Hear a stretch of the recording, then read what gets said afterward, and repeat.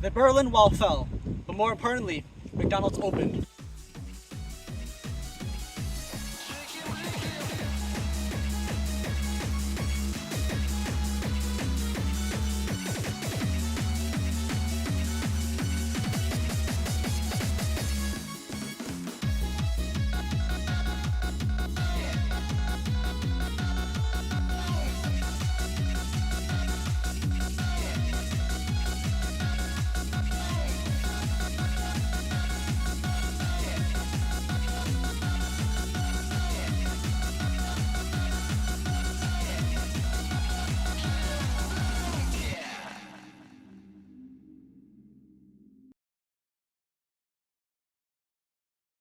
Wait, why does this McDonald's cost 15 rubles?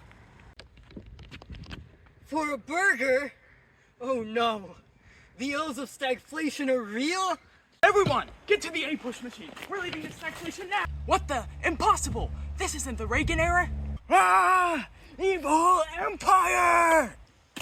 APUSH machine? What do you mean APUSH machine? I don't think he's well in the head. I'm doing just fine. Now get in my APUSH machine that I found in the back of the State Department store. Just get in. The back of the State Department store? Wait a minute, this isn't the Watergate scandal. Does this mean that the McDonald's is not here yet? Z, where's the McDonald's? In order to get the McDonald's back, we must review.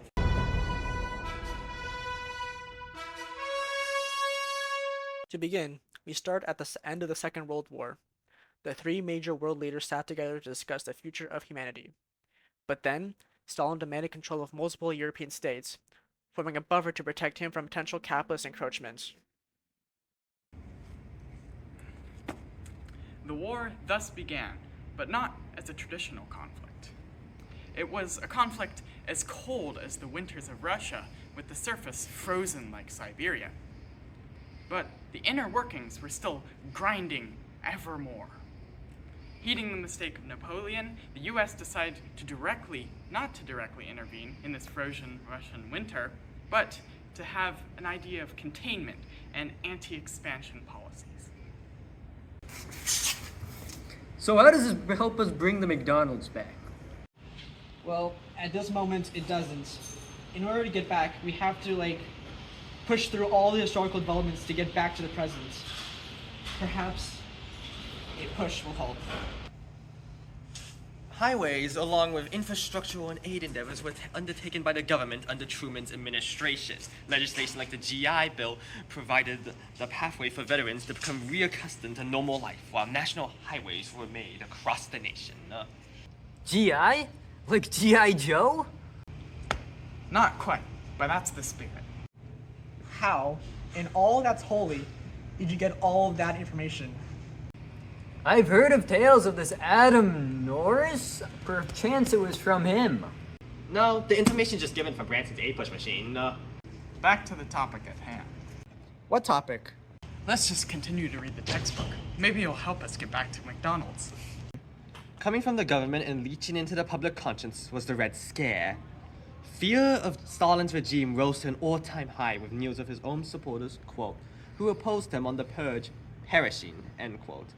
This totalitarianism became associated with communism, which when paired with the opposing nature of the USSR to the USA, made the USSR and communism in general the USA's biggest threat. Why were they red? What are they constantly blushing about?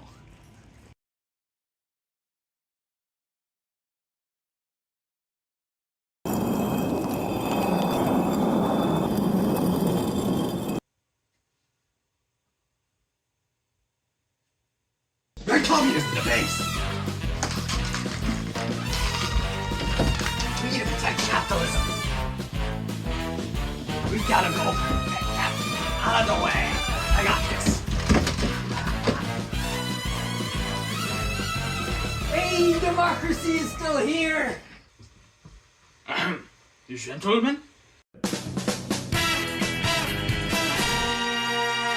I see, capitalism is safe. Yeah, it is. So, has anyone found a red communist around? No? Then we still have a problem. Yeah, we've apprehended dozens of them. dime a dozen's backstabbing scumbags, like you. I assure you, the man backstabbing this country is nothing like me. And nothing like the man loose inside of this country. You and what evidence? No. This evidence. What? What is all of this? Who is this? Why do you have so many pictures of them? How did you get these? So listen up, boy. Or the Soviet Central Television broadcast starring this person as the #1 communist of the year would be the second worst thing to happen to us. The communist has already breached our defenses.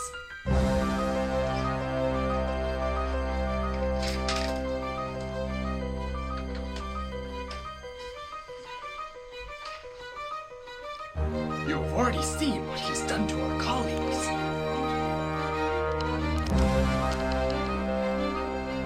Worst of all, he could be any one of us.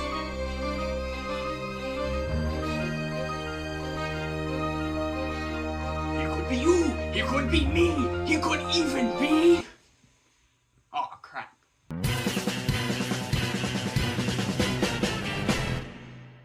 Well, that was a lot. And now our beloved lot is a nature reserve.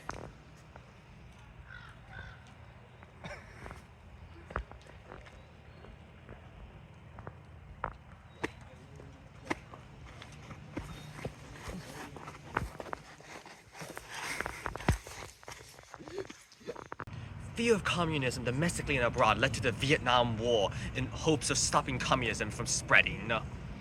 The war led to a diversion of funds away from LVJ's Great Society to programs for the war.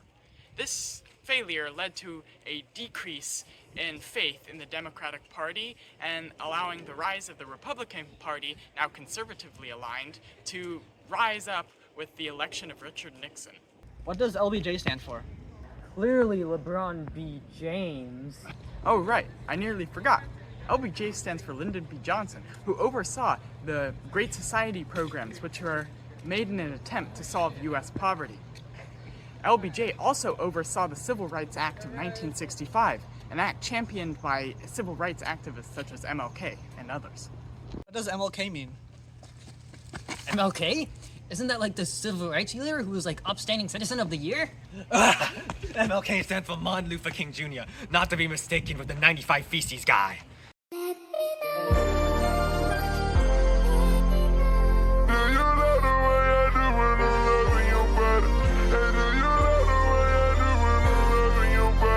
Luther?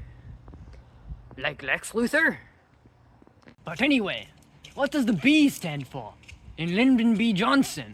Moving on, with the Democratic Party unpopular following the presidency of LBJ, Richard Nixon entered office with a plan to end the Vietnam War. The Republican Party was now in power, with their doctrine outlined in the conscience of the conservative as their guiding principle for policies. Specifically, many conservatives justified their stances of containment and aggression towards communists by stating, quote, "The Kremlin's aim is not to make Americans approve of communism, much as they would like that. It is to make us tolerant of communism," end quote. So Nixon took upon these values for his presidency. Not before bombing Cambodia, of course. Nixon would then go on to pass Vietnamization to officially end the Vietnam War. Nixon would also go on to be the first president to visit communist China and do diplomacy there. Nixon? I knew that guy. He was a president. Wow, he seems like a really stand-up guy. I definitely hope he's not a crook. About that, Maxim, Nixon would have the Watergate scandal occur, where he knowingly tried to interfere with the election to secure his victory. He would resign before being impeached. Huh. Ain't we forgetting someone? Nah, it's Reagan time.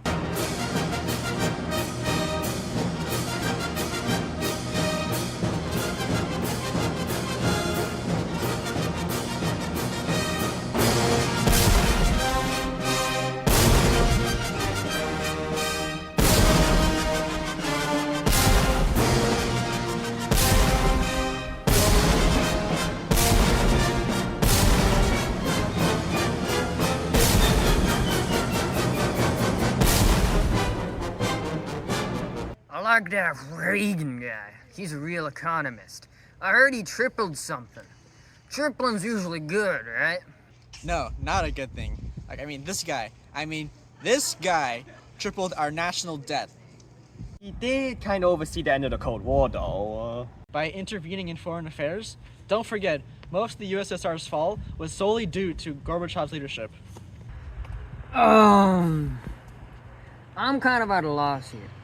First, when did you get so knowledgeable? Second, what did Reagan do? Third, was he the one behind the McDonald's? Supply-side economics, also known as Reaganomics, was a plan that followed Reagan's bid to get elected as president. Under this plan, he and his administration cut taxes for corporations, seeking to make the country more enticing for industrial production again. These policies combined with increased military spending to make a policy greatly lowering federal revenue. This failed, leading the country to triple the federal debt over his 8 years in office. Whoa. So you're telling me that he isn't the reason that McDonald's got so expensive? No, that was Gorbachev, but because he is an American, we're not going to talk about him.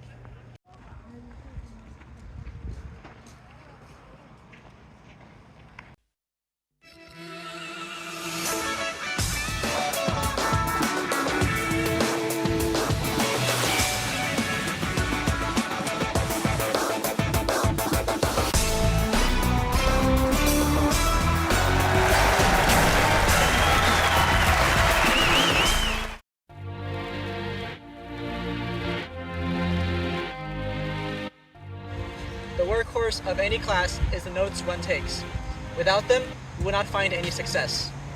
This art of creating is what brings people to success. And with such success, the student gets a feeling of a bit of accomplishment.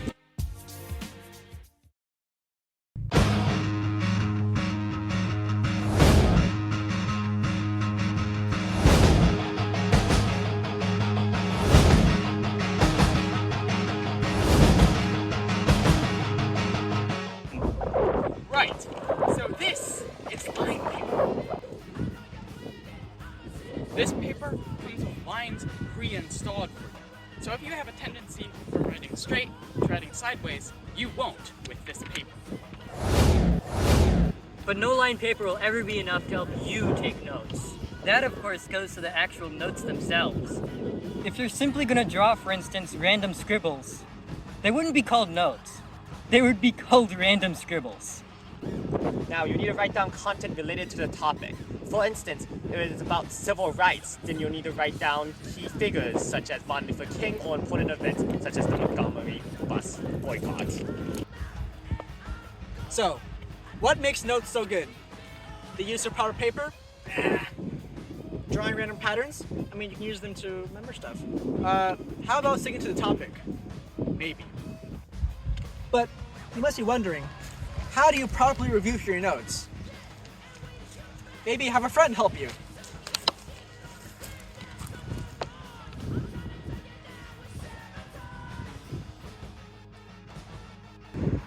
What are you doing? That's not the right answer. Or the other way around. Get that wrong, Branson! Look at yourself! Look at what you've done, Branson! You got it wrong! I can't believe you, Branson. You should have gotten that. That was easy! I don't understand, Branson. How did you do this, Branson? Don't run away from your problems. Get back here. Get back here right now. You're doing it again, Branson. You're redoing it all over again. You're gonna read it all in your notes. You're gonna redo it. Can't believe you, Branson. Can't believe you. Now, one thing that we can agree on is this. If you listen very carefully, you can hear my genius.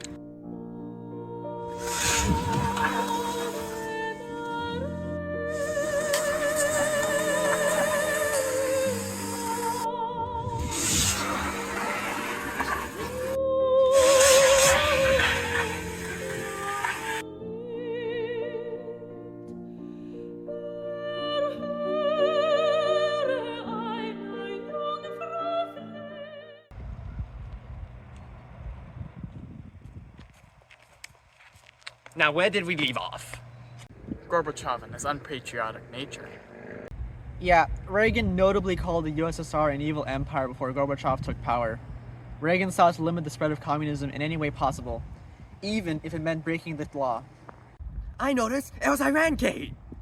Also known as the Iran-Contra affair, Reagan's biggest controversy, where his administration knowingly broke congressional laws to supply money towards Iran, using funds from selling weapons to the anti-socialist Nicaraguan group, the Contras. Why would he choose to sell to the Nicaraguans, though, when he could have sold to anyone? Policies of containment and other remnants of heavy Cold War thought motivated Reagan to supply and back any anti-socialist group, with the CIA heavily increasing the amounts of coups, attacks, and actions in foreign countries to do so. So this is similar to what happened when the 9/11 terrorist attacks happened and the ensuing war on terror occurred? Somewhat. After the terrorist and extremist group Al-Qaeda hijacked multiple planes and intentionally crashed them into the World Trade Center, the Pentagon, and other targets, killing nearly 3,000 people and killing many government workers. The nation was shocked, a level of shock surpassing even the first and second Red Scare. So obviously, there was a great reason to be worried about the state of the world. Yet, these incentives were taken far beyond their initial goals. Isn't Al-Qaeda that group led by Saddam Hussein? Wasn't he the one that hid in the ground? No. However, one CIA-backed leader was in fact targeted, in part due to the fear caused by the war on terror, as operations greatly increased to find targets like Osama bin Laden and other Al-Qaeda leadership in areas like Afghanistan, areas that included Iraq, especially under Hussein. As the US began to widely accuse nations of having weapons and relations to terrorists, sometimes without any evidence, safe to say, Hussein was not leading the country any longer. Wait, so what happened to Al-Qaeda in the end? And what happened in Afghanistan? Ooh, I know this one. As US forces first probed for as much information as they could around Al-Qaeda, directed after the 9/11 attacks, they found huge connections to Afghanistan and to the Taliban. These findings led immediately to the war in Afghanistan, lasting all the way to 2021. Over the years of war against the totalitarian Taliban Islamic Emirates, tensions grew heavily until the war began. One forcing the Taliban out. In this period, NATO allies sent over huge amounts of troops and supplies in an ever-escalating conflict. Over this entire period, many Al-Qaeda safe houses and stores were raided and destroyed, trying to pinpoint key members. Eventually, in 2011, the Bin Laden operation under the Obama administration was carried out by Navy SEALs, and Bin Laden was neutralized. So this then shows most of the war on terror and the attacks on America. But I feel like we're missing something. Something large, like a curtain, like fell and opened up a segment of the world that we never imagined before. Of course! The Soviets! How could we forget about them and the McDonald's?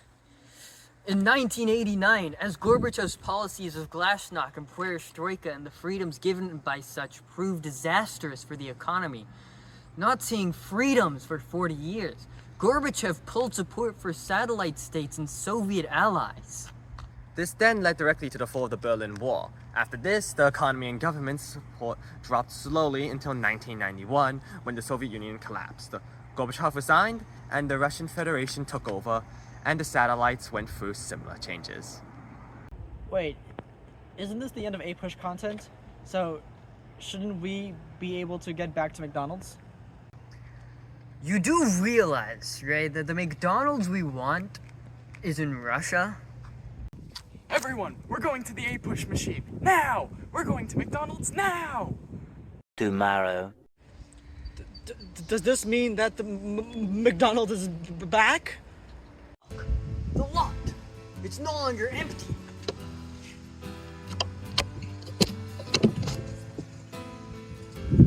Look, the menu is by the door. Let's go see the prices. The prices haven't changed. Only one solution!